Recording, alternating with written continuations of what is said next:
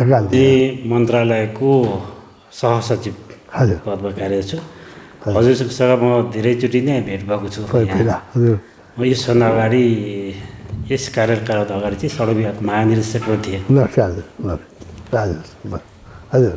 सडक विभागको महानिर्देशकको पदमा हुँदा पनि हजुरसँग चाहिँ दर्शन भएको थियो। आज विशेष यो सबसँग हजुरको फेरि दर्शन पाइयो। कोसिस धन्यवाद हजुर। कति 26 जना? 26 जना छु होइन, 26 जना छु। अच्छा, टेक्निकल नन टेक्निकल दुइटै हुनुहुन्छ पूर्वाधारबाट? हो हजुर, टेक्निकल नन टेक्निकल इन्जिनियर पनि हजुर। Good good. उहाँको परिचय दिनु। नमस्ते, म किशनराज पन्त, हजुर, भौतिक पूर्वाधार तथा यातायात मन्त्रालयको सहसचिव। हजुर, हजुरलाई पहिलोपटक हजुर पनि पहिलोपटक हो? तपाईँ आइसक्नु भएको छ? हजुर, मेरो चाहिँ पहिलोपटक हजुर, खुसी लाग्छ। ठिक छ। पहिला त पूर्वाधार मन्त्रालयबाट पाल्नुभएका आदरणीय हाम्रा मित्रहरूलाई म हार्दिक स्वागत गर्छु ओशो तपोवनमा। म तपोवनकै एउटा इम्पोर्टेन्ट मिटिङमा धेरै व्यस्त थिएँ, मैले बेलुकै स्वागत गर्न सकेन, मलाई माफ गर्नुहोला। मेरो मिटिङ अहिले भर्खर सकियो, म दौडेर आएको छु। तपाईँहरूले समय निकाल्नुभयो तपोवनको लागि, हामी अनुग्रहित छौँ। हाम्रो तपोवनमा तपाईँहरूको प्रवास 2 रातको त हुन्छ होइन, र फेरि अर्को महिनामा आउँदै हुनुहुन्छ। गुड, अर्को महिना। तपोवन त तपाईँले घुमेर अलिकति हेर्नुभएकै होला होइन? बिहान घुमाउनु सबैजना, सबै मन्दिरहरू सबै। ठिक ठिक छ, ठिक छ, ठिक छ। अहिले जो ओशोले प्रोफेसन दिइराख्नु भएको थियो, अहिले त्यसको सन्दर्भ बताइदिउँ अनि बुझ्न सजिलो हुन्छ। उहाँले 112 टेक्निकको कुरा गर्दै हुनुहुन्थ्यो होइन? कहाँदेखि निकाले? ध्यानको जगतमा यसको भनौँ मन छैन, ठिक छ, केही छैन। ध्यानको जगतको जुन इतिहास छ त्यसको मूल स्रोतमध्ये नेपाल पनि एक हो। ध्यानको जुन पहिलो पुस्तक उपलब्ध छ, पहिलो जुन टेक्निक उपलब्ध छ, त्यो कसैले भन्छ 10,000 वर्ष पुरानो, कसैले भन्छ 15,000 वर्ष पुरानो। त्यो शिवले निकाल्नु भएको, र शिवको आस्थान चाहिँ यो हिमाली क्षेत्र हो होइन? मुक्तिनाथदेखि लिएर केदारनाथ, बद्रीनाथ, पशुपतिनाथ, यो सबै उहाँको क्षेत्र हो। त्यस कारणले यो ध्यानका जुन जन्मभूमि चाहिँ नेपाल पनि हो, हिमाली क्षेत्रमा। र शिवले पहिलो ध्यानको 112 अहिले जुन ओशो बोल्दै हुनुहुन्थ्यो त्यसको सन्दर्भ अलिकति म बताइदिउँ अनि बुझ्न सजिलो होला। ध्यानको पहिलो अध्याता, पहिलो प्रोफेसर जसको बारेमा दुनियाँलाई जानकारी छ त्यो शिव हुनुहुन्छ। धेरै मान्छेलाई हुन त यही क्षेत्रमा जन्मिएको थियो, तर हामीलाई नै थाहा थिएन। जबसम्म ओशोसँग भेटेन, म जो बोलिरहेको छु त्यो मलाई नै थाहा थिएन कि ध्यानको जन्मभूमि नेपालै हो भनेर। ओशोसँग भेटेपछि थाहा भयो। पहिलो पुस्तक जुन छ ध्यानको जो हामीलाई उपलब्ध छ, त्यो पुस्तकको नाम हो विज्ञान भैरव तन्त्र। यहाँ छ यो विज्ञान भैरव तन्त्र। शिवले ध्यानका पहिलो अध्यापक, पहिलो टिचर, पहिलो गुरु जो मनुष्यतालाई ज्ञात छ त्यो शिवै हुनुहुन्छ। र उहाँले ध्यानका 112 विधिहरू निकाल्नुभयो। अहिले ओशोले त्यही कुरा गर्दै हुनुहुन्थ्यो। अहिले पृष्ठभूमि थाहा नभएको भने मैले बोल्न पर्यो, हजुरलाई सजिलो होस् भनेर। 112 विधि शिवले निकाल्नुभयो। आजभन्दा कोही भन्छ शिवको कालको बारेमा मतभेद छ, कोही भन्छ 10,000 वर्ष पूर्व हुनुहुन्थ्यो। अहिले हाम्रो सद्गुरु हुनुहुन्छ इन्डियामा, त्यो शिवको पुरा भक्त हुनुहुन्छ, उहाँ भन्नुहुन्छ होइन 15,000 वर्ष होइन, अब 10,000 वर्ष पूर्व कि 15,000 वर्ष, जेसुकै होस्, यो चिज निश्चित छ कि शिवको जुन कर्मभूमि थियो, तपोभूमि थियो, त्यो हिमाली क्षेत्र थियो। यसमा कुनै विवाद छैन होइन। र हाम्रो जुन पशुपतिनाथ, मुक्तिनाथ, यो जो हिमाली क्षेत्र छ, यसमा शिवको प्रवास भएको हो, यसमा पनि कुनै विवाद छैन। तो पहिलो जो ध्यान का पद्धति निक्लिए तो 112 पद्धति शिवले निकाल्नु भएको। First teacher, first professor of meditation is Shiva. उहाँले नि ध्यानको पहिलो चाहिँ टेक्स्ट बुक भन्नुहोस् उहाँलाई, त्यो बेला त कागज पत्र थिएन, लेख्ने चलन थिएन। शिष्यले गुरुको बानीलाई कण्ठ गरेर राख्थ्यो। राइटिङ आएको त धेरै वर्ष भएको छैन, पेपरमा लेख्ने चलन त्योभन्दा पहिले चाहिँ भोजपत्रमा लेखिन्थ्यो, पुरानो साहित्यहरू छ केही। तर 112 पद्धति शिवले निकाल्नुभयो ध्यानका, त्यसलाई विज्ञान भैरव तन्त्रमा सङ्ग्रहित छ। 112 टेक्निक अफ मेडिटेसन, त्यो ओशोले अहिले कुरा गर्दै हुनुहुन्थ्यो। तर त्यो टेक्निकहरू 15,000 वर्ष पहिला निस्किया हुनाले अहिलेको सन्दर्भमा मनुष्य चेन्ज भइसकेको छ। 15,000 वर्ष पहिलाको जो मान्छे थियो बडो सरल थिए, त्यसमा तनाव थिएन, यति विचार चल्थिएन। अहिले जुन जगतमा टेक्नोलोजीले जुन एउटा व्यापक परिवर्तन ल्याइदिएको छ, मान्छे अस्थिर भइसकेको छ, कुनै विषयमा धेरै बेर स्थिरसँग बस्नै सक्दैन, सबै कुरा फास्ट चाहिन्छ। मतलब द टाइम हेज चेन्ज। त्यस कारणले ओशोले के भन्नुभयो भने 112 जुन ध्यानका टेक्निकहरू छन् त्यसकोले ओशोले विशद व्याख्या गरिदिनु भयो इङ्ग्लिसमा। अहिले उहाँ बोल्दै हुनुहुन्थ्यो, त्यसको नाम, त्यो पुस्तकको नाम छ विज्ञान भैरव तन्त्र। यो किताब लुप्त भइसकेको थियो। जन्मेको नेपालमा, उत्तर भारतमा, हिमाली क्षेत्रमा, केदारनाथ बद्रीनाथ त इन्डियामा पर्छ होइन, केदारनाथ। तर यो विलुप्त भइसकेको थियो उत्तर भारतबाट। ओशोले यसलाई खोज्नुभयो, कश्मीरको महाराजा करण सिंहको लाइब्रेरीमा थियो यसको मूल कपी होइन। त्यहाँबाट ल्याएपछि ओशोले त्यसको व्याख्या 1971मा गर्नुभयो। आज धेरै वर्ष भइसक्यो, आज 54 वर्ष भयो। 54 वर्ष पूर्व 74 करिब 54 वर्ष हो, 54 वर्ष पूर्व ओशोले विज्ञान भैरव तन्त्रको किताब कर्ण सिंहसँग मागेर श्रीनगरको उहाँको प्यालेसको लाइब्रेरीमा थियो, हजारौँ वर्ष पुरानो किताब। त्यसलाई मगाएर ओशोले चाहिँ त्यसको व्याख्या गर्नुभयो र विश्वमा यो व्यापक भयो। अब शिवका विज्ञान भैरव तन्त्रका 112 पद्धति जो अहिले ओशोले कुरा गर्दै हुनुहुन्थ्यो। तर यो पद्धतिहरू त्यो बेलाको मान्छेको लागि बनाएको थियो जो मान्छे बडो सरल थिए, विचार त्यति चल्थिएन, ट्रस्टिङ नेचर थियो। गुरुले जे भनिदिनु भयो त्यसमा मान्छे विश्वास गर्थे। अहिलेको युग त्यति सजिलो छैन। अहिले मान्छे बुद्धिजीवी छ, जबसम्म तर्कद्वारा, प्रमाणद्वारा त्यसलाई प्रमाणित गरिएन भने छोराले पनि बाउको कुरा मान्न तयार छैन। त्यस्तो युग भइसकेको छ। त्यस कारणले अहिलेको टाइममा यो टेक्निकहरू ओशोले भन्नुभयो डाइरेक्टली इम्प्लिमेन्ट गर्न बुझाउन गाह्रो छ। त्यसले ओशोले ध्यानका शिवपछि ध्यानका कुन कुन गुरु हो म संक्षेपमा बताउँछु। शिवपछि ध्यानका गुरु हो एउटा गोरखनाथ, उहाँले धेरै टेक्निक निकाल्नुभयो। एउटा भयो पातञ्जली, पातञ्जली योगको जन्मदाता हो, उहाँले धेरै टेक्निक निकाल्नुभयो।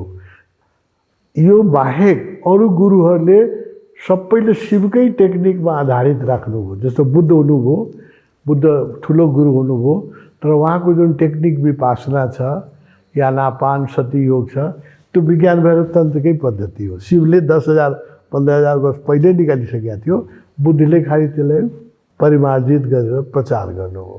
कारणले ओशोभन्दा पूर्व अधिकांश गुरुहरूले विज्ञान भैरव तन्त्रकै पद्धतिबाट आफ्नो ध्यानका पद्धति बनाउँथे। जस्तो बुद्धले बनाउनु भयो विपासना, आनापान सती योग, सुन्नुभयो होला होइन, यो बुद्धको पद्धति हो। तर ओशोले के देख्नु भने मान्छे अहिले चेन्ज भइसके, मान्छे 10,000 वर्ष पहिला जति सरल थियो त्यति छैन। मान्छेको भित्र धेरै तनाव छ, बडो अस्थिरता छ, विचारको कोलाहल छ। त्यो विचारको महा हल्लागुल्लामा या ध्यानका जुन विपासना जस्तो पद्धति चुप्लाएर बस्ने, शरीर त उसको चुप्लाएर बस्छ, मन बस्दैन, मन दौडिरह हुन्छ। त्यस कारणले उहाँले scientific technique suitable for the 21st century होइन ध्यानका उहाँले शिवपछि ध्यानका जगतको दोस्रो ऐतिहासिक पुरुष ओशो हुनुहुन्छ। उहाँले तपाईँलाई आश्चर्य लाग्ला भन्दाखेरि शिवले त 112 पद्धति निकाल्नु भएको थियो, ओशोले 600 टेक्निक निकाल्नु भएको छ। 698 होइन। यहाँ छ एक दुईवटा किताब देखाउँदा जिन खोजेर यहाँ यो यसमा छ टेक्निकहरू 100 टेक्निकहरू एउटै किताबमा छ। Meditation the first and last freedom लगभग 100 पद्धति यसमा छ होइन। अरू यस्ता भगवान्का ध्यानका धेरै पुस्तकहरू छन् जसमा सबै किताब पढ्न पनि जरुरी छैन, सबै टेक्निक जान्नु पनि जरुरी छैन, खालि नलेजको लागि इन्फर्मेसनको लागि भन्दैछु। ओशोले ध्यानका 600 पद्धति बनाउनु भयो। त्यो 600 पद्धतिका हाम्रो 8-10वटा किताब छ, त्यसमा त्यो 600 पद्धति सङ्ग्रहित छ। यो सबै जान्नु जरुरी छैन। अब ओशोले के देख्नु हो भने अहिलेको मान्छेलाई कस्तो टेक्निकले काम गर्छ भने अलिकति उसलाई फिजिकल एक्टिभिटी पनि चाहिन्छ। किनभने जस्तो विपासना जस्तो ध्यान सुन्नुभयो होला, बसेर गर्ने ध्यान हो, श्वासलाई हेर्ने। यो 200 वर्ष अगाडिसम्म पनि ठिक थियो, किनभने लाइफ यति एक्टिभ थियो, मान्छेले सर्भाइभलको लागि नै धेरै श्रम गर्नु पर्थ्यो बाँच्न। हाम्रो हजुरबुवाहरूले जति काम गर्नुहुन्थ्यो हामी त्यसको चौथाइ पनि गर्दैनौँ होइन। घरमा हजुरआमाहरूले जति पानी बोक्नुहुन्थ्यो, हजुरबुवाहरूले चाहिँ दाउरोसम्म आफै गर्नु पर्थ्यो। त्यस कारणले विपासना गर्न सजिलो किन थियो भने they were physically working in the field. खेतमा काम गर्नुहुन्थ्यो, भान्सामा काम गर्नुहुन्थ्यो होइन। त्यो फिजिकली काम गरे हुनाले प्यासिभ टेक्निक वेयर सुटेबल, चुप लाएर बसेपछि ध्यान लाग्थ्यो। अब आज के भयो, आज हामी गाडीमा हिँड्छौँ, पैदल पनि हिँड्दैनौँ होइन। अब सबै कुरा मेसिनमा आधारित भयो र हामी कम्प्युटरको अगाडि, हजुरहरू पनि आफ्नो अफिस कामको अधिकांश समय कम्प्युटरको अगाडि बस्नुपर्छ होइन। So our life has become passive. त्यस कारणले अहिले सोझै जब हामी बस्छौँ विपासना जस्तो ध्यानमा, शरीर त स्थिर बस्छ, शान्त हुन्छ, मन चुप लाग्दैन, हजारदेखि मन दौड्छ। तपाईँको पनि अनुभव होला। ओशोले निकाल्नु हो अहिलेको युगको लागि एक्टिभ टेक्निक्स, सक्रिय ध्यान। बिहान हामी भोलि तपाईँलाई गराउँछौँ एक्टिभ। आज बेलुका पनि कुण्डली गर्नु हो। त्यस कुण्डली कसरी सुरु भयो, एक्टिभिटीबाट सुरु भयो होइन। 2टा स्टेज एक्टिभिटीको थियो, त्यसपछि प्यासिभिटी आयो होइन। त पहिले तपाईँको जुन चञ्चलता छ शरीरमा र मनमा जुन विचारहरू चाहिँ लगाएर त्यसको निष्कासन गरिसकेपछि अनि शान्त बस्न सजिलो छ। यो ओशोको बेसिक साइन्स हो। त्यस कारणले उहाँका जुन ध्यानका पद्धतिहरू छन् त्यो मोस्ट धेरै पद्धतिहरू चाहिँ एक्टिभिटीबाट सुरु हुन्छ। जस्तो कुण्डली गर्नु हो होइन, हजुरले पहिला एक स्टेजमा खुब जिउ कमाउनु भयो, दोस्रो स्टेजमा नाच्नु भयो। यो 2 स्टेजपछि तपाईँको शरीरले पनि काम गर्यो, मनले पनि एक प्रकारको उसको चाहिँ एक्टिभिटी भयो। त्यसपछि 3rd स्टेजमा बस्न सजिलो। ओशोको ध्यानको विज्ञान यही हो। Start with activity, start with catharsis and then go into the silence. भोलि बिहान हामी हजुरलाई ध्यान गराउँछौँ डाइनामिक मेडिटेसन, एक्टिभ मेडिटेसन। त्यो पनि यसरी नै सुरु हुन्छ कैथार्सिसबाट, एक्टिभिटीबाट, लास्टमा गएर हामी प्यासिभिटीमा जान्छौँ। यो ओशोको ध्यानको विज्ञान हो। र अहिले त्यही ओशोले भन्दै हुनुहुन्थ्यो कि अहिलेको युगमा विज्ञान भएर तन्त्रका जुन पद्धतिहरू छन् त्यो डाइरेक्टली तिमीलाई काम लाग्दैन। अहिले पहिला चाहिँ क्लिनिङ गर्नु पऱ्यो, मनको विचारका जुन सङ्ग्रह छ त्यसलाई घटाउनु पऱ्यो। अहिले सजीवजी म भनौँ वैज्ञानिकहरूले नापेका छन् 1 घन्टामा एभरेज मान्छेको मनमा जो शान्त मान्छे छन् उसको 2000, जो अलिक चञ्चल मान्छे छ उसको 3000 विचार चल्छ 1 घन्टामा होइन।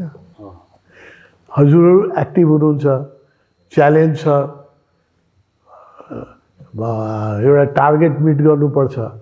म पनि इन्जिनियर हुँ, हामीले यसो देखायौँ, हामीहरूको मनमा अझ बढी विचार चल्छ होइन, किनभने च्यालेन्जेसहरू छ। त्यसैले हामी त्यो क्याटेगोरीमा पर्छौँ जसको मनमा 1 घन्टामा 3000 विचार चल्छ।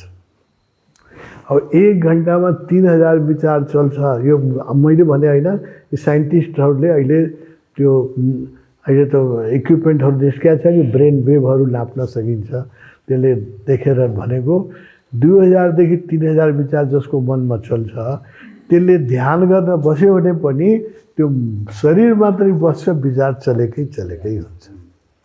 यसको औषधि उसले निकाल्नु भएको छ, एक्टिभ मेडिटेसन, क्याथार्टिक मेडिटेसन, जो हजुरले एउटा कुण्डली गर्नुभयो, भोलि बिहान हामीले डायनामिक गरौँला। त्यही उसले बोल्दै हुनुहुन्थ्यो कि these techniques are not relevant in this age, now we need more scientific and active techniques. त्यही भगवान्ले म यसको पृष्ठभूमि बताइदिएँ हजुर। ठिक, अब हजुरको केही जिज्ञासा छ कि तपोवनको बारेमा, ओशोको बारेमा जान्न चाहनुहुन्छ भने एकछिन हामी कुरा गर्न सक्छौँ। ओशोको बारेमा, साधनाको बारेमा, ध्यानको बारेमा कुनै जिज्ञासा छ भने निसङ्कोच राख्नुहोस्। गुरुजी सशत प्रणाम र सबै साधकजीहरूलाई पनि सादर प्रणाम गर्न चाहन्छु। म पनि भौतिक पूर्वाधार तथा यातायात मन्त्रालयमा उपसचिव पदमा कार्यरत छु। म गृह मन्त्रालय अन्तर्गत रहेर धेरै ठाउँमा प्रमुख जिल्ला अधिकारीको हैसियतमा पनि काम गरेँ। 4-5वटा जिल्लाको प्रमुख जिल्ला अधिकारी भएर पनि म काम गरेको छु। अब हामी आध्यात्मिक उसका त हामी भर्खरीका यसो सुरु गरेको बामे सरेको विद्यार्थी मात्रै हो। गुरुसँग मेरो पहिलो नै हो यहाँ आएको पनि। अब आज हामीले जुन एउटा योग गऱ्यौँ त्यसमा जुन गुरुले अलि अर्थ लाउनु भयो, हामी एकदम प्रफुल्लित भयौँ र हामीले जुन किसिमको त्यो किसिमको आनन्द पनि प्राप्त गऱ्यौँ।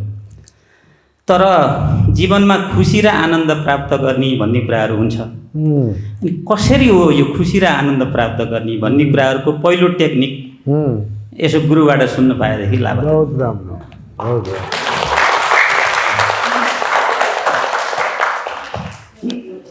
बहुत राम्रो प्रश्न गर्नु हो। किनभने हाम्रो जति काम हामी गर्छौँ त्यसको पछाडि उद्देश्य के हो? कसरी लाइफलाई खुसी बनाउने, आनन्द प्राप्त गर्ने होइन? उद्देश्य त त्यही हो, आफूलाई कसरी खुसी बनाउने र कसरी आनन्दित बनाउने।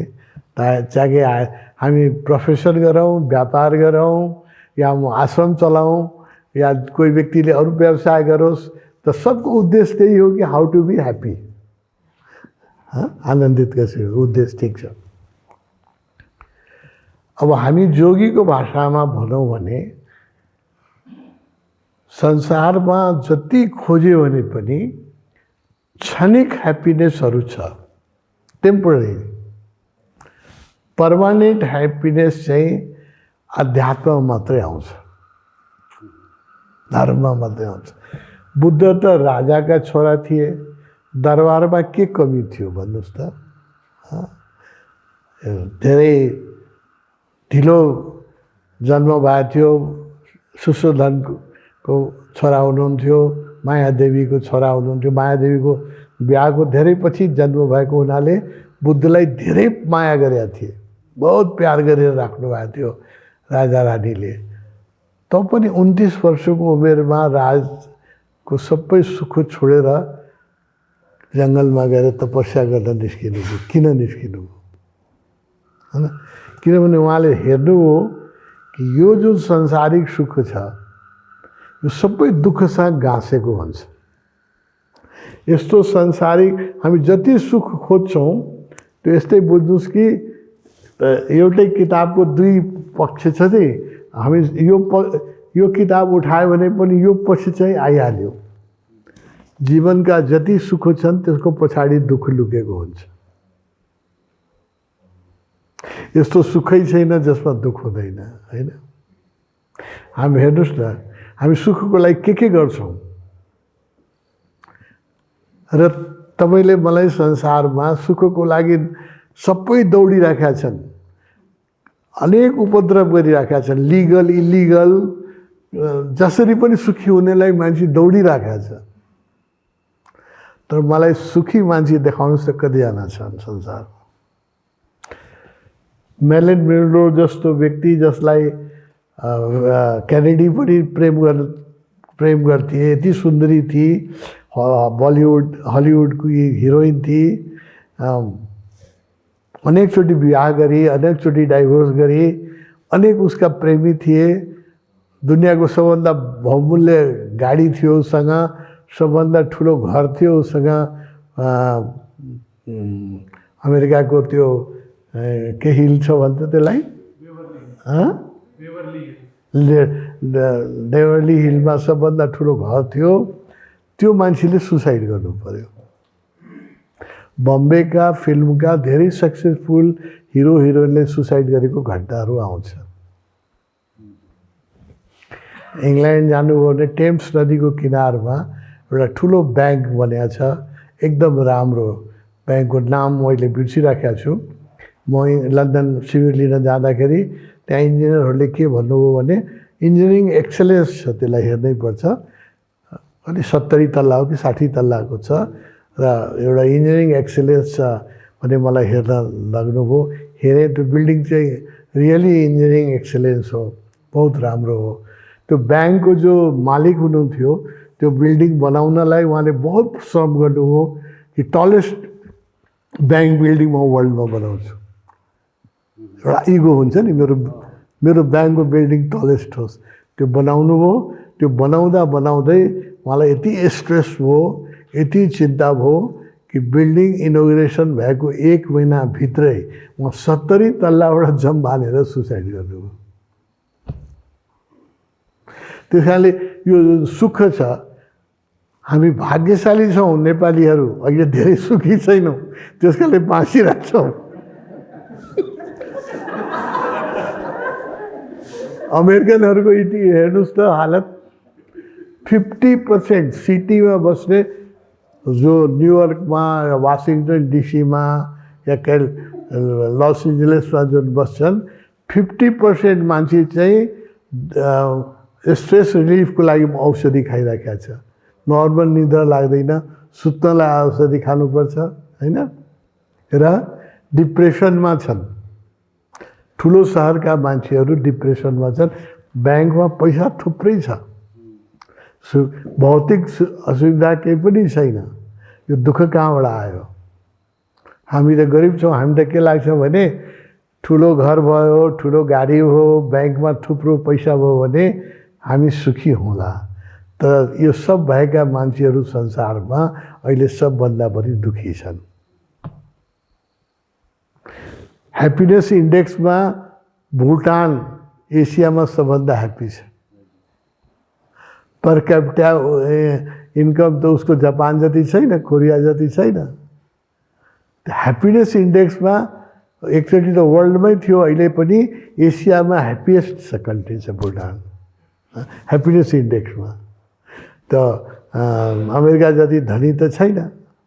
त्यस कारणले ह्याप्पिनेसलाई, आनन्दलाई भौतिक समृद्धिसँग जो जोड्ने हाम्रो वासना छ त्यो गलत हो हामी भन्छौँ।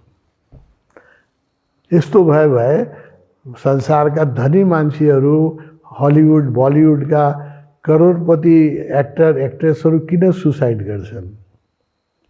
किन अमेरिकनहरू 50% मान्छे चाहिँ डिप्रेसन, सिटीमा बस्नेहरू, गाउँमा बस्ने मान्छे रिलेटिभली शान्त छन्, सिटीमा बस्ने मान्छेहरू सबै डिप्रेसनको औषधि खानु परिरहेछ। र यस्तो कोही मान्छे छैन जस्तो हाम्रो भन्छौँ नि, हाम्रो फिजिसियन, हाम्रो डाक्टर साहब फलाना हुनुहुन्छ, हामी नेपालीले भन्छौँ म फलाना डाक्टर साहब कहाँ जान्छु। त्यस्तै अमेरिकनहरूले भन्छ मेरो साइकेट्रिक्स फलाना छ। सब यस्तो सक्सेसफुल मान्छे छैन जसको मनोवैज्ञानिक कन्सल्टेन्ट छैन। घन्टो भएर उसले कन्सल्टेन्सी गर्नुपर्छ। त्यसले सुख भौतिक समृद्धिमा मात्र सीमित छैन। यो चाहिँ हाम्रो धर्मगुरुहरूले देख्नुभयो। सुविधा चाहिन्छ, भौतिक सुविधा चाहिँ चाहिन्छ, फिजिकल फेसिलिटी चाहिन्छ, तर एफुलेन्स, पैसा ब्याङ्कमा अर्बौँ अर्बौँ होस्, मेरो 10वटा घर होस्, 15वटा चाहिँ गाडी होस्, यसले चाहिँ सुखको कुनै सम्बन्ध छैन। Happiness is a art of living.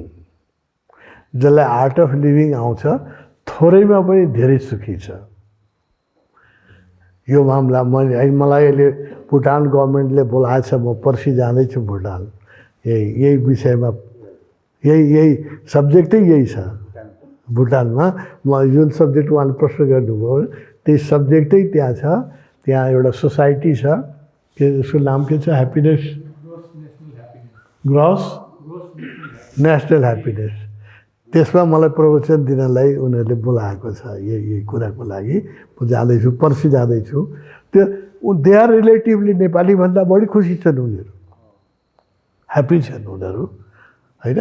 तर पनि दे वान्ट मोर इनपुट्स, ध्यानको, योगको, ओसोको इनपुटबाट कसरी बढी खुसी हुनसक्छ। त्यस कारणले म हजुरलाई के विन्ती गर्न चाहन्छु भने हाम्रो सबै इच्छाको पछाडि यही छ कि म कसरी आनन्दित हौँ, कसरी सुखी हौँ।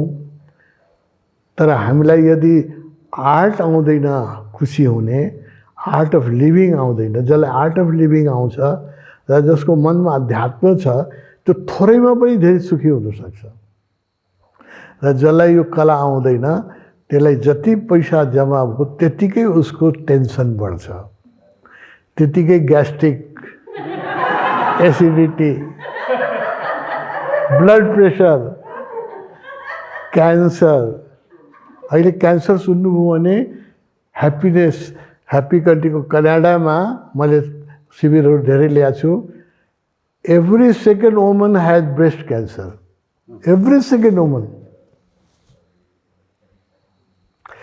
Every fourth man has prostate cancer. 4 जनामा 1 जनालाई प्रोस्टेट क्यान्सर छ, 2 जना महिलामा 1 जनालाई ब्रेस्ट क्यान्सर छ। अब त्यो ह्याप्पिनेस लिएर के गर्ने, ब्याङ्कमा पैसा लिएर के गर्ने, पर क्यापिटा इन्कम बढी भएर के गर्ने होइन। त्यस कारणले सुखको खोजको लागि अध्यात्म र भौतिकवाद दुइटैमा उन्नति गर्नुपर्छ। जो ओशोको मेन देशना यही हो।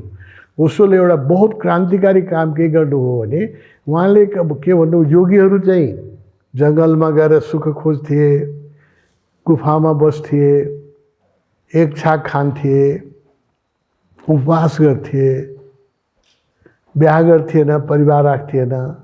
ओशो त्यसको पक्षमा हुनुहुन्न। उहाँले के भन्नु भने भौतिक सुविधा पनि चाहिन्छ र आध्यात्मिक साधना पनि चाहिन्छ। यो दुईटाको समन्वय भयो भने मान्छे सुखी हुन्छ। हामीहरूका जुन भन्यो नि पहिला कि ब्रह्म सत्य जगत मिथ्या, हिन्दूहरूको शङ्कराचार्यको बहुत प्रसिद्ध वाक्य हो। ब्रह्म एउटा सत्य छ, संसार जो हो झुट हो होइन। ओशोले ओशो विरोधी हुनुहुन्छ, मान्नुहुन्न। उहाँ के भन्नुहुन्छ भने ब्रह्म त सत्य छँदैछ, तर यो संसार छ यो पनि सत्य छ। यसलाई पनि सिँगार्नुपर्छ, यसलाई पनि राम्रोसँग। गुफामा बस्न जोडी छैन होइन। ध्यान गर्ने व्यक्तिहरूको पहिला के थियो, अध्यात्म खोज्नेहरू जङ्गल जान्थे, झोपडीमा बस्थे, उपवास गर्थे। हामी उसको विरोध, यसको विरोध, हामी एयर कन्डिसनमा ध्यान गर्छौँ। तर जङ्गलमा भागेर ध्यान गर्ने भन्दा बढी ध्यान गर्छौँ र बढी खुसी छौँ, आनन्दित छौँ। किन तपाईँ जोगीहरू देख्नुहोस्, एउटा मैले जोगीहरूको धेरै सङ्गत गरेको छ। अधिकांश जोगीहरू उदास हुन्छ। आश्रमैको नाम के हुन्छ, उदासी अखाडा। नाम सुन्नुभयो होला। यहाँ बागमतीको किनारमा पनि छ शङ्कराचार्यका 10 नामी सन्यासीहरूको त्यहाँ कुटियाहरू छ। त्यो आश्रमको नामै उदासी अखाडा। सुखी त भएन नि। तपाईँ सचिवजी हेर्नु होला, तपोवनमा हामी जति हाँस्छौँ, जति नाच्छौँ, जति गीत गाउँछौँ, जति मिठो खान्छौँ, आनन्दसँग ध्यान गर्छौँ, यति सुखी मान्छे बाहिर तपाईँले अक्सफोर्ड अमेरिकामा, न्युयोर्कमा भेट्न सक्नुहुन्न।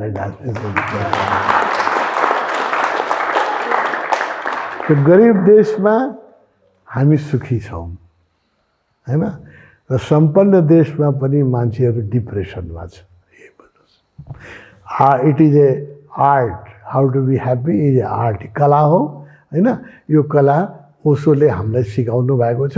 र उसमा अरू गुरुहरूभन्दा ओशोमा फरक के छ भने अरू गुरुहरू चाहिँ भौतिक चिज छोड हैन, भौतिक सुविधामा नबस, गुफामा बस, 2 छाक नखाऊ, 3 छाक नखाऊ, चिया नखाऊ, प्याज नखाऊ, लसुन नखाऊ, यत्रो नेगेटिभिटी यति छ कि यो नखाऊ, वो नखाऊ, यो नखाऊ। सारा धर्म चाहिँ किचनमै गएर सङ्ग्रहित छ।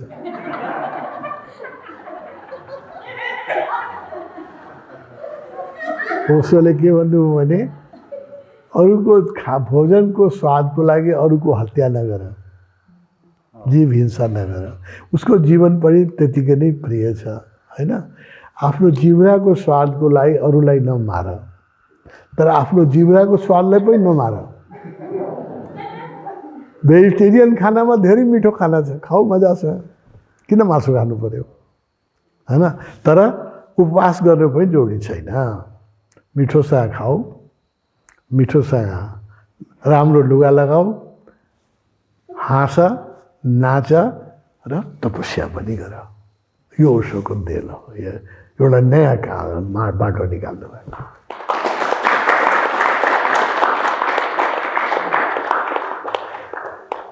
अरू कुनै मित्रको केही भन्नु छ, सुन्नु छ, सोध्नु छ? गुरुजी नमस्ते। नमस्कार। मेरो एउटा सानो जिज्ञासा के छ भने हजुर, यो राजा प्रताप मल्लले ज्ञान प्राप्त गरेको तान्त्रिक विद्या छ नि, हजुर, त्यो तान्त्रिक विद्यासँग यो मेडिटेसनको केही सम्बन्ध छ कि छैन? त्यसपछि योगलाई कसरी जोड्न सकिन्छ? सँगसँगै जिसस क्राइस्टले जुन उहाँले देखाउनुभएका मिराकल्सहरू छन्, विभिन्न मिराकलहरू, त्यो मिराकलहरूलाई यो ध्यानबाट प्राप्त गर्न सकिन्छ कि सकिँदैन? मेरो जिज्ञासा यही छ। मिस्टिक र मिराकल निकाल्न किताब ठिक छ, बहुत सान्दर्भिक कुरा गर्नुभयो। पहिला तपाईँले तन्त्रको बारेमा भन्नुभयो नि, तन्त्र पनि ध्यानका एक विधा हो हैन।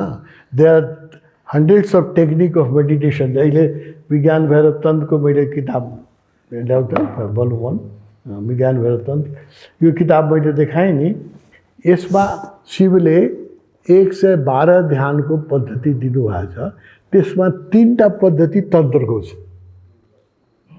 Sex is also a technique of meditation. तन्त्र त्यसैमा आधारित छ। तन्त्रले के भन्छ भने everything could can become meditation हैन। यो किताब पढ्नु हो भने यसमा 3टा पद्धति जुन छ त्यो सेक्समा आधारित छ। त्यो पनि ध्यान, त्यस तन्त्र आधारित यसैमा छ। तन्त्रले निषेध गर्दैन शारीरिक सम्बन्धलाई। अरू सबै विधामा, योगमा, जस्तो पातञ्जलिको नाम लिनु, योगको नाम लिनुभयो तपाईँले, योगमा चाहिँ निषेध छ कि ब्रह्मचारीले चाहिँ छिटो योगमा प्रगति गर्छ भन्ने धारणा अहिलेसम्म छ। तन्त्रले यसलाई मान्दैन। तन्त्रले के भन्छ भने शारीरिक सम्भोगबाट पनि मान्छे मुक्त हुन सक्छ। Sex was also a technique. विज्ञान भएर तन्त्रमै पनि तपाईँ देख्नुहुन्छ र तन्त्रका अरू जुन शास्त्रहरू छन् त्यसमा देख्नुहुन्छ sex is also a technique. हजारौँ टेक्निक छ, मैले बताएँ नि, हजार त नछौँ। विज्ञान भएर तन्त्रमा 112 टेक्निक छ। यसमा शान्त बसेर एउटा ध्वनि, ओङ्कार ध्वनि गर्ने पनि ध्यान छ। यसमा चाहिँ नाचगान गरेर, कीर्तन गरेर गर्ने ध्यान पनि छ र यसमा सम्भोग गरेर गर्ने ध्यान पनि छ। That's also a technique. तन्त्र इज अल्सो ए विधा हो, बहुत शक्तिशाली विधा हो।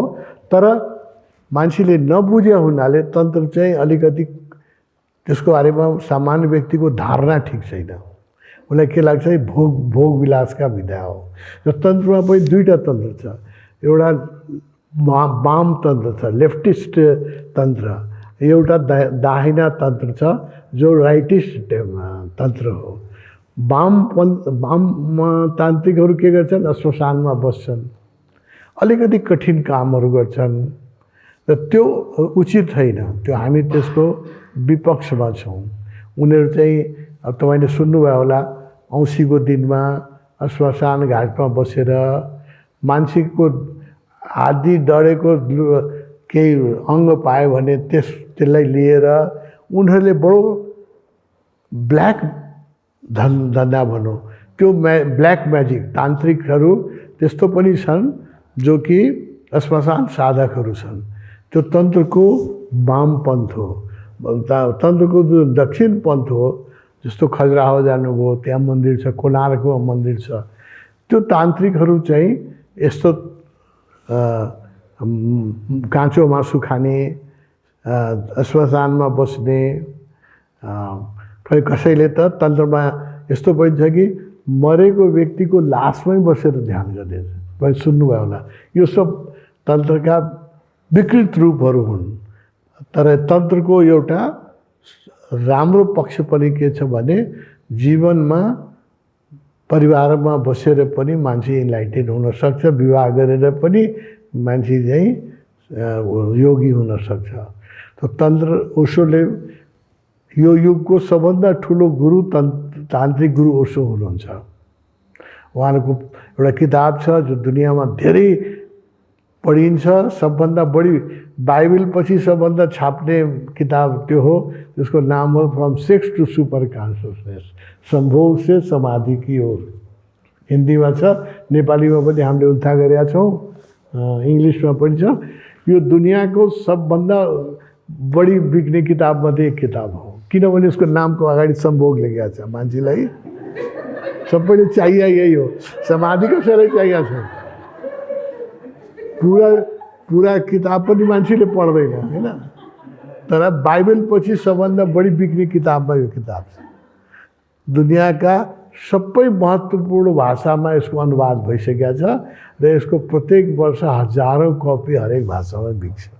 किनभने यसको अगाडि जुन सम्भोग लेख्यो नि त्यो तपाईँले यसलाई पढ्नु होला।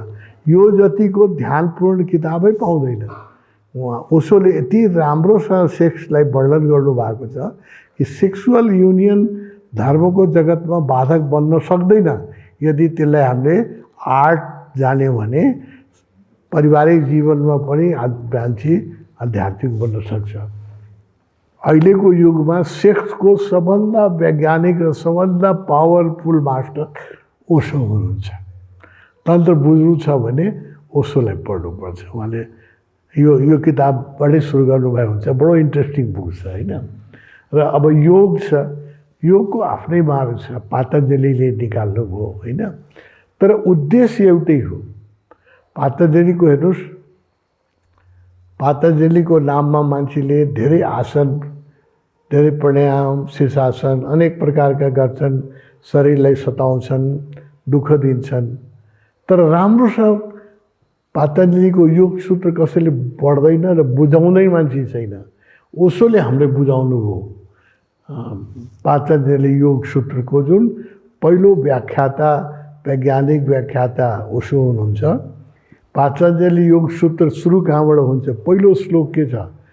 चित्तवृत्ति निरोध यति योगा। योग भनेको नाक यसरी गर्ने होइन, टाउको तल खुट्टा माथि गर्ने होइन। पातञ्जली त्यो भनेन। पातञ्जली के भन्यो भने चित्तवृत्ति निरोध यति योगा। मनमा जुन विचारहरू चल्छन्, अहिले मैले भने 2000 देखि 3000 विचार चल्छन्। इन्जिनियरहरूको अझ बढी चल्छ किन च्यालेन्ज पनि बढी छ। यो जुन 2000 देखि 3000 विचार चल्छ, यसलाई शान्त गर्ने कसरी, यसलाई मनलाई कसरी मौन गर्ने, how to be free from this, यो विचारका जुन तरङ्गहरू चलिरहेका छ, चित्तवृत्ति, चित्तमा जो वृत्तिहरू उठिरहेका छ होइन, यसलाई निरोध गर्ने होइन, शान्त गर्ने यो योग हो। पातञ्जलीको पहिलो सूत्र हो होइन। पातञ्जलीले धेरै शरीरलाई कष्ट दिने आसनहरू, अब यहाँ कस्तो हुन्छ भने योग दिवस मनाइन्छ नि। योग दिवसमा मैले धेरैचोटि यो मलाई बोलाउनु भएको छ, जब वक्ता बोल्नलाई मैले भनेको छु, शीर्षासन चाहिँ पातञ्जली योग सूत्रमा कहीँ छँदै छैन। तपाईँ पढ्नुहोस् न पातञ्जली योग सूत्र। त्यसमा चाहिँ शरीरलाई कष्ट दिने डिफिकल्ट आसनहरू त सर्कसवालाले हामीभन्दा राम्रो गर्न सक्छ। उनीहरू योगी होइन नि, शरीरलाई साधे उल्टो सिधो जति गर्न सक्छ हामी गर्नै सक्दैन। यो चाहिँ पातञ्जलिको उद्देश्य छैन। पातञ्जलिको पहिला श्लोकै बुझ्नुहोस्, चित्तवृत्ति निरोधयति योग। जब चित्तका वृत्तिहरू शान्त हुन्छन् हामी योगी बन्छौँ होइन। र यो चित्तवृत्तिको चित्तका वृत्तिहरूलाई शान्त गर्ने विज्ञानको नाम ध्यान हो। ध्यानका धेरै पद्धति छन्। कुनै पनि ध्यानका पद्धतिबाट तपाईँले मनका विचारहरूलाई शान्त गरिलिनुभयो भने तपाईँ योगी बन्नुभयो। संक्षेपमा यही हो।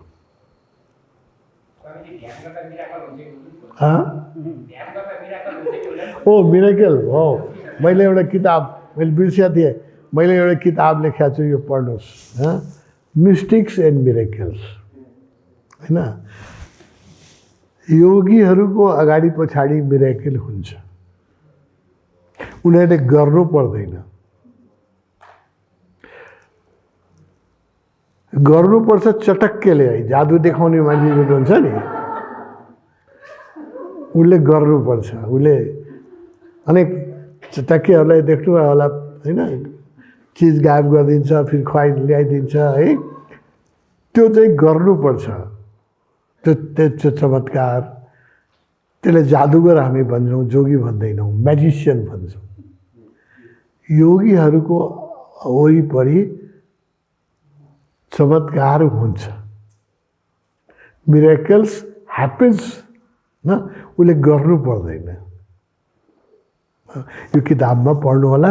यो यस विषयको मैले धेरै योगीहरूको सङ्गत गरेँ, धेरै योगीहरूको नजिक भइरहेका चमत्कारी घटनाहरूको मैले अवलोकन गरेँ, देखेँ, त्यसको विज्ञानको बारेमा चर्चा गरेँ। र अहिले यो one of the best seller book हो। एमाजोनमा लास्ट इयर 2024मा सबभन्दा बढी पुग्ने किताबमा 26 नम्बरमा यो नेपालीको किताब एमाजोनमा बिक्दै बिक्दैन। उनीहरूले के भन्छ, नेपालीले त इङ्ग्लिस लेख्नै आउँदैन। पहिला मैले जुन किताब लेखेँ एमाजोनमा दिँदाखेरि छाप्नै मानेन।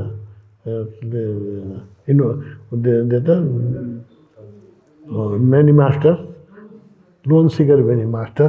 मैले पहिलो इङ्ग्लिसको किताब लेखेँ र अमेरिकामा मेरो सेन्टर छ, यहाँ अमेरिकाको सेन्टरका मित्रहरू बसिराख्नु भएको छ। उहाँहरूले एमाजोनमा यसलाई छाप्नलाई दिनुभयो।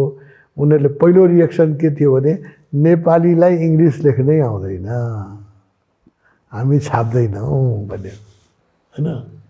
त्यसपछि हामीले रिक्वेस्ट के गर्यो भने तपाईँ एकचोटि पढेर हेर्नुहोस्। अनि उनीहरूको एडिटोरियल बोर्ड हुन्छ, 7 जनाले पढ्छ। त्यो उनीहरूको पास भयो भने अनिखेर त्यो किताब छाप्छ। एडिटोरियल बोर्डमा मेरो पहिलो किताब यो गएपछि उनीहरूले पास गर्यो र त्यसपछि अब मेरो जुन किताब पनि उनीहरूले छाप्छ होइन। र धेरै धेरै बिक्रीमा यो आयो, मिस्टिक्स एन्ड मिरेकल। चमत्कारहरू हुन्छन्। हजुरले भन्नुभयो यस, मिरेकल्स ह्यापन्स।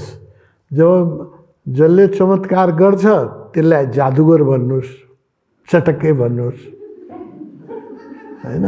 जसको वरिपरि चमत्कार घटित हुन्छ त्यसलाई जोगी भन्नुहोस्। यो कसरी घटित हुन्छ? मैले यस्ता यस्ता जोगी भेटेँ र यस्तो यस्तो चमत्कारी, यसको पहिल्यै घटना जुन छ बताउँछु म तपाईँलाई। नेपालमै मैले भेटेँ। फर्स्ट जुन यसको पढ्नु होला, यो बडो इन्ट्रेस्टिङ किताब छ। यसको नेपाली अनुवाद पनि भइसकेको छ। त्यहाँ त देखाउ, किताबहरू देखाउनुमा कन्जुसी नगर।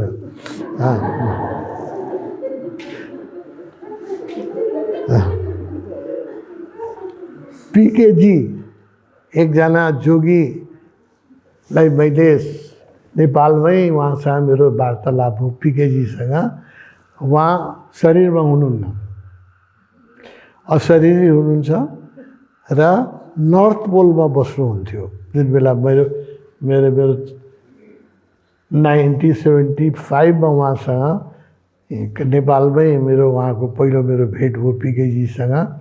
उहाँ चाहिँ उत्तरी ध्रुवमा बस्नुहुन्छ होइन। बडो चमत्कारिक ढङ्गले उहाँसँग मेरो भेट भयो, कुराकानी भयो र उहाँले भनेको सबै कुरा बिस्तारै नेपालमा भइरहेछ। यो पढ्नु होला। PKG the mystic from the north pole, उत्तरी ध्रुवमा बस्नुहुन्छ। यसका इन्ट्रेस्टिङ च्याप्टरहरू छ, तपाईँलाई खुब आश्चर्य लाग्ला।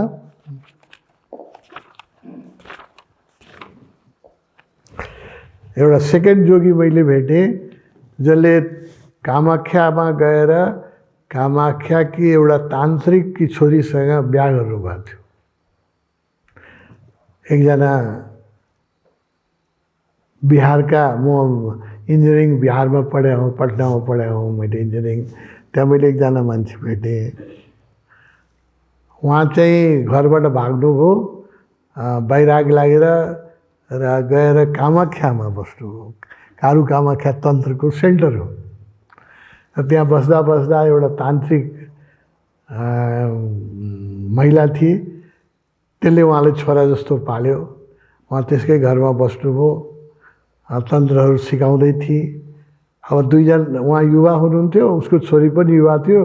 स्वाभाविक दुईजनामा प्रेम भयो। प्रेम भएपछि उनीहरूले विवाह गरे। विवाह पनि आमाले, तान्त्रिक महिलाले विवाह गरिदिए। उसले के भन्यो भने, म गरिब हुँ, म त योगिनी हुँ, मसँग त कुनै धन छैन, विवाह गरेपछि त दाइजो दिनुपर्छ। दाइजोमा म तिमीलाई के दिउँ? 4वटा प्रेत दिन्छु।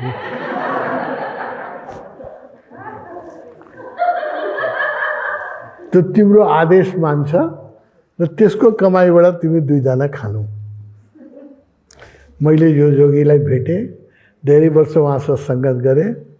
उहाँ जब मैले सङ्गत गरेँ उहाँको 2टा प्रेत भागिसकेको थियो। 2टा त थियो। 2टाको चमत्कारको यसमा पनि वर्णन।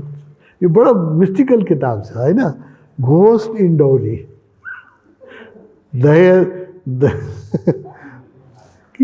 त्यो डौरी माने सासू ससुराले दिन्छ नि ज्वाइँलाई, ज्वाइँलाई दिएको के भने 4वटा प्रेत दिएको। यसमा यस्तो धेरै यस्तो, अब मैले कति भनौँ, यो किताब पढ्नु होला। नेपालीमा पनि छ यो, सन्तहरू र उनका रहस्य लोक। यस, मिराकल ह्यापन्स। कसलाई मिराकल भन्ने? हाम्रो 5वटा इन्द्रिय छ, आँख, कान, नाक, कान होइन, मुख। हाम्रो 5 इन्द्रियको एउटा सीमा छ, लिमिटेसन छ। हाम्रो आँखाले सबै कुरा देख्न सक्दैन, अँध्यारोमा देख्न सक्दैन, उल्लुले देख्न सक्छ।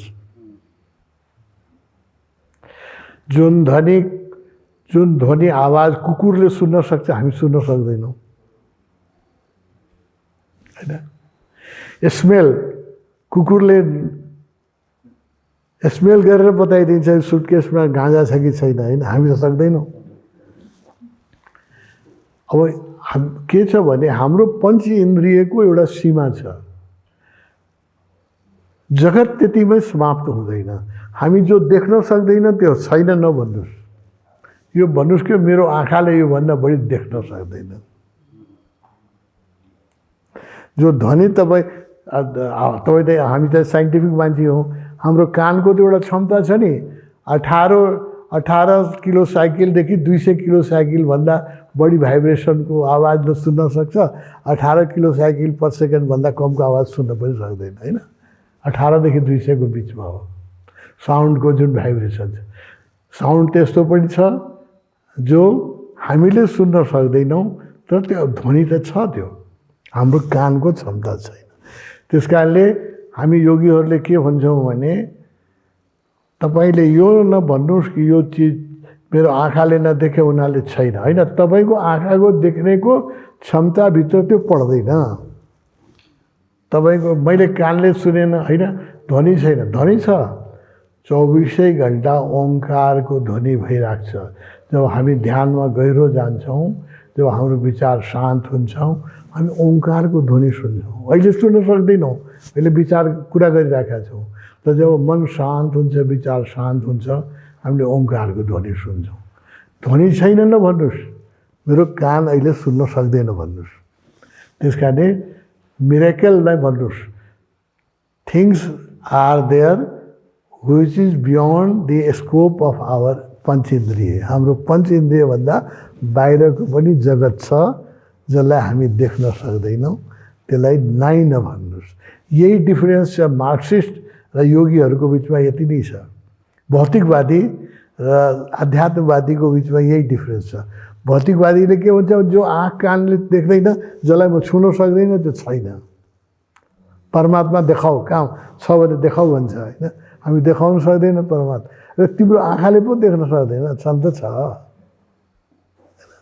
त्यस कारण मिरेकल्स भनेको के हो भने जुन हाम्रो पञ्च इन्द्रियभन्दा बाहिरको जगत छ त्यसलाई हामी मिरेकल भन्छौँ।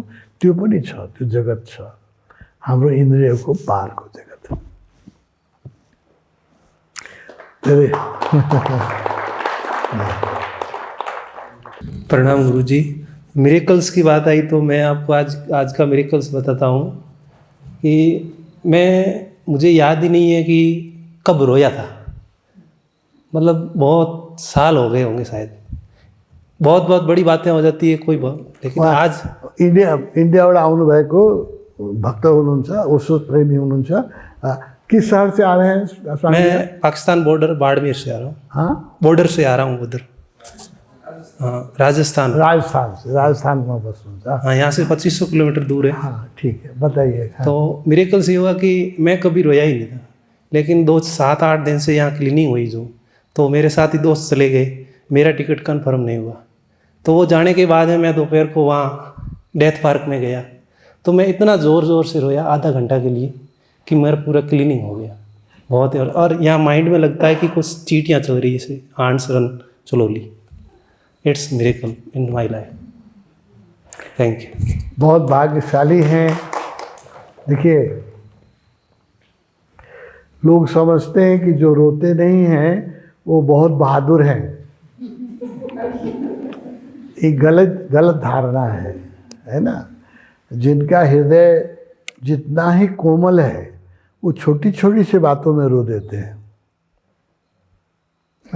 किसी का दुख नहीं देख सकते, दुखी व्यक्ति को देखते तो रो देते हैं।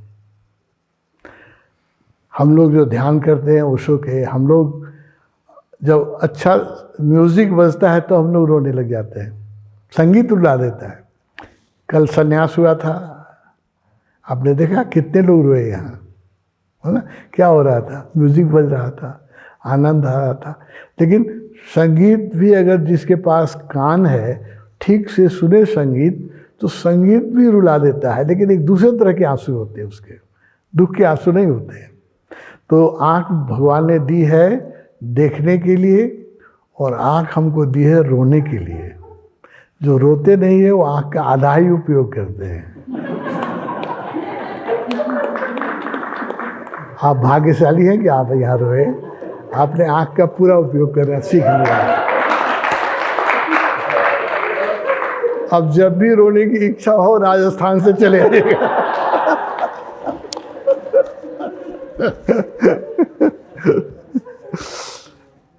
ठीक है। अब हजुरलाई सुत्न ढिलो होला, 10 बजेर 12 मिनट हो। हामी बिहान 7 बजे सक्रिय ध्यान गर्छौँ। हजुरलाई उपयुक्त 7 बजे आउनुहोस्। हामी सक्रिय ध्यानको बारेमा विधि पनि बताउँला अनि ध्यानको गरौँला। र 2 दिनको प्रवासमा तपाईँहरूको बिचमा जति जिज्ञासाहरू उठ्छ हामी सक्दो चर्चा गरौँला ओशोको बारेमा। र यहाँ मन्दिरहरू छ हजुर। सबभन्दा यो ठाउँको विशेषता के हो? यो महातीर्थ हो। हामी ओशोका शिष्य हौँ त हामी सबै गुरुलाई मान्छौँ, है। जिससलाई पनि मान्छौँ, मोहम्मद साहबलाई पनि मान्छौँ, नानक साहबलाई पनि मान्छौँ, सबै गुरुलाई मान्छौँ, होइन। यहाँ शिव पनि हुनुहुन्छ, हनुमानजी पनि हुनुहुन्छ, कृष्णजी पनि हुनुहुन्छ, सबैको आरती गर्छौँ। यहाँ मन्दिरहरू छ हजुर। यहाँको शिव मन्दिर छ, सानो छ, यति एनर्जी छ। त्यहाँ गएर फुर्सदको टाइममा एकछिन बस्नु होला मौन। बुद्ध मन्दिर छ, शिव परिवारको मन्दिर छ, 7वटा मन्दिरहरू छ यहाँ हजुर। त्यहाँ गएर एकछिन तपाईँ बस्नु हो भने बडो आनन्द आउँछ, होइन। त्यो घुम्नु होला। बुद्ध मन्दिर धेरै चाड, 2टा मन्दिर धेरै चाड छ, शिव मन्दिर र बुद्ध मन्दिर र ओशोका समाधि छ। बिचमा फुर्सद मिल्यो भने त्यहाँ घुम्नु होला। यो तीर्थ होइन, हामी यसलाई महातीर्थ भन्छौँ। किन तीर्थमा त यो एउटै देउताको मूर्ति हुन्छ। यहाँ हामी सबै गुरुको मन्दिर बनाउन, कबीर साहबको पनि मन्दिर बनाएको छौँ, अहिले हामीले रमन महर्षिको मन्दिर बनाइराखेका छौँ है, बुद्धको मन्दिर बनाएको छौँ, रामकृष्ण देव र विवेकानन्दको मन्दिर बनाउने हाम्रो टार्गेट छ। हामी सबै गुरुहरूको मन्दिर बनाउन चाहन्छौँ जति सम्भव छ, र त्यसकारणले यसलाई तपोवनलाई तीर्थ नभनेर हामी महातीर्थ भन्छौँ। तपाईँले हेर्नु होला, आज राति सुत्दाखेरि यति मिठो निद्रा लाग्छ तपोवनमा। हिजोआज मिठो निद्रा पनि संसारमा दुर्लभ हुँदै गइरहेछ हैन। खास गरी मैले देख्छु जसको घरमा जति महँगो पलङ छ, यहाँ एक दुईजना नेताजीको बारेमा पत्रिकामा पढेँ कि उहाँको 2,50,000 को पलङ छ हैन, कति हजारको गद्दी छ, कोठामा एयर कन्डिसन छ। जति महँगो कोठा हुन्छ त्यति कम निद्रा लाग्छ। गरिब गुरुवाले चाहिँ रुखको मुनि पनि एकछिन विश्राम पाएर सुत्थ्यो। हाम्रा सन्यासीहरूले 5 मिनट मौका मिल्यो भने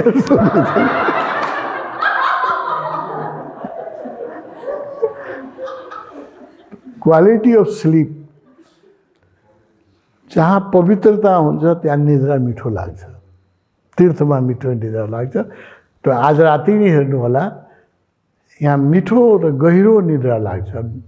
र 2-4 दिन बस्नुभयो भने तपाईँको क्वालिटी अफ स्लिप यति, सबै यहाँ आउने मान्छेहरू यो कुरामा सहमत छन्। 2-4 दिन बसेपछि उनीहरू भन्छन् यति मिठो निद्रा लाग्यो, कहिले पनि यति सुतेका थिएन। आज पनि हजुरहरूलाई भगवान्सँग मेरो प्रार्थना छ, तपाईँलाई मिठो निद्रा लागोस्, फ्रेस भएर हामी उठौँ र बिहान हामी सक्रिय ध्यानमा फेरि भेटौँ। अङ्ग्रेजी भाषामा भन्यो भने के भने गुड नाइट, शुभरात्रि। हस्